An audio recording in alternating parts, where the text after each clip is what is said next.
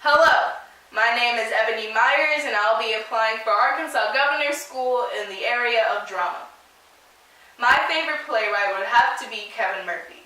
Although he is not as well known as Oscar Wilde or Shakespeare, he is my favorite and amazes me.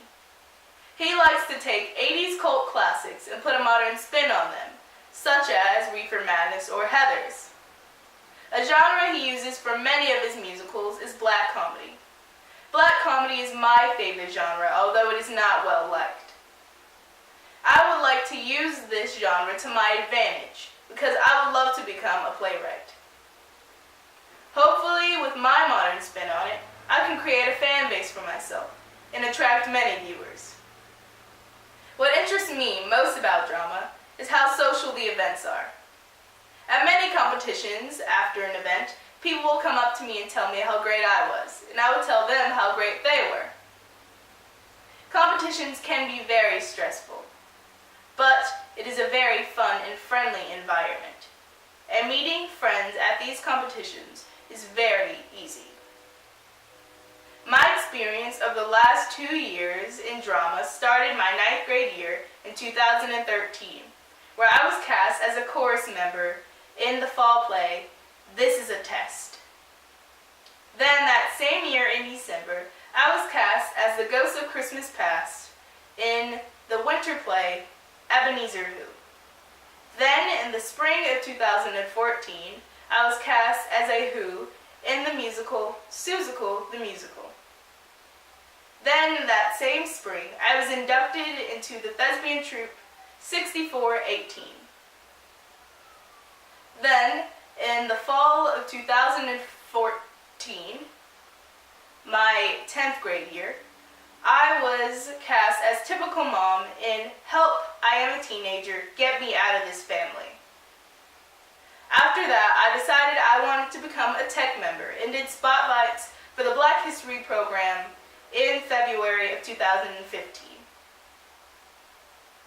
A dream role that I would love to play, if I could play this role, would be JD from Heathers the Musical. Although he is a boy and I am a girl, he is a very upbeat and crazy character, and those are the characters that I really love. With him, you have to think outside of the box, and you can't think about what other people are going to say about you, and that's what I'm trying to get over in real life. Now I will do my artistic performance, which is a monologue from the play A Doll's House by Henrik Ibsen. I have been waiting 8 years for... Lord, I know miracles don't happen every day.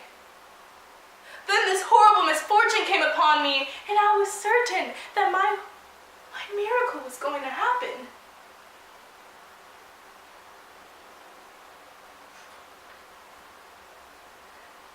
And when I saw Krogstad's letter lying there, never for a moment did I imagine that you could give in to this man's terms.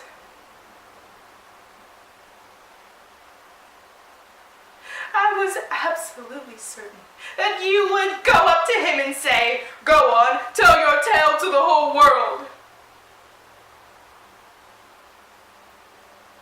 And when that was done, I was utterly sure that you would step forward and take everything upon yourself and say, "I am the guilty one."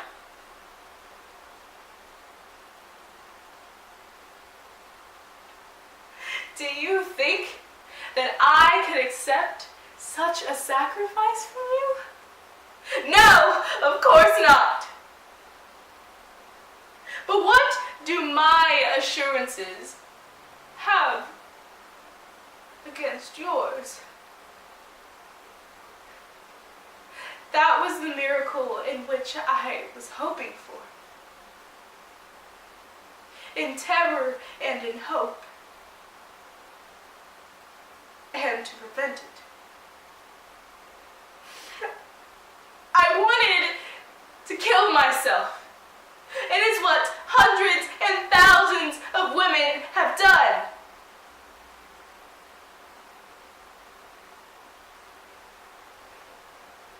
You would never loved me. You've only thought it pleasant to be in love with me. It's perfectly true. When I was living with Papa, he would tell me his opinions about everything. So we had the same opinions.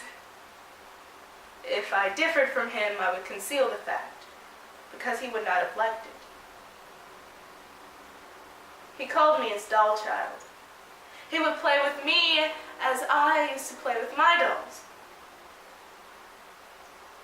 And when I came to live with you, I was simply being transferred from Papa's hands into yours.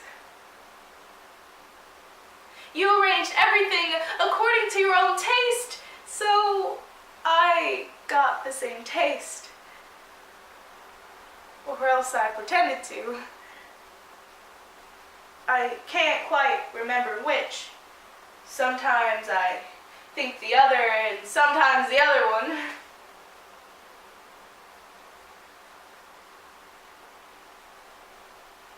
When I look back on it, I think of myself living here as a poor woman. I have merely existed to perform tricks for you. But you would have it so. You and Papa have committed a great sin against me.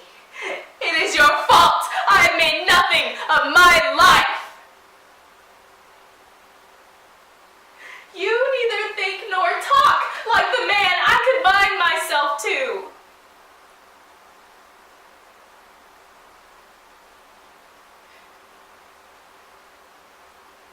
When the fear was over, and it wasn't fear that threatened me, but what might damage you.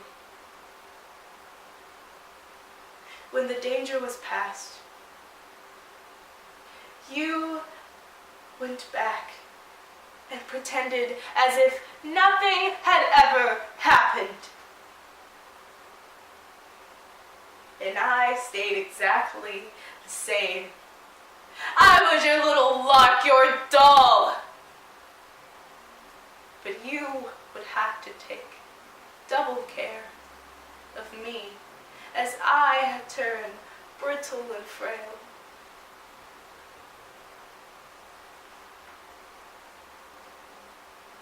At this moment,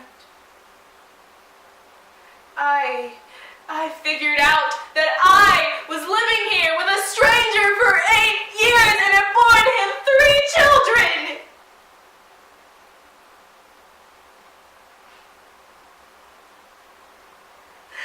I can't stand to think about it. Thank you.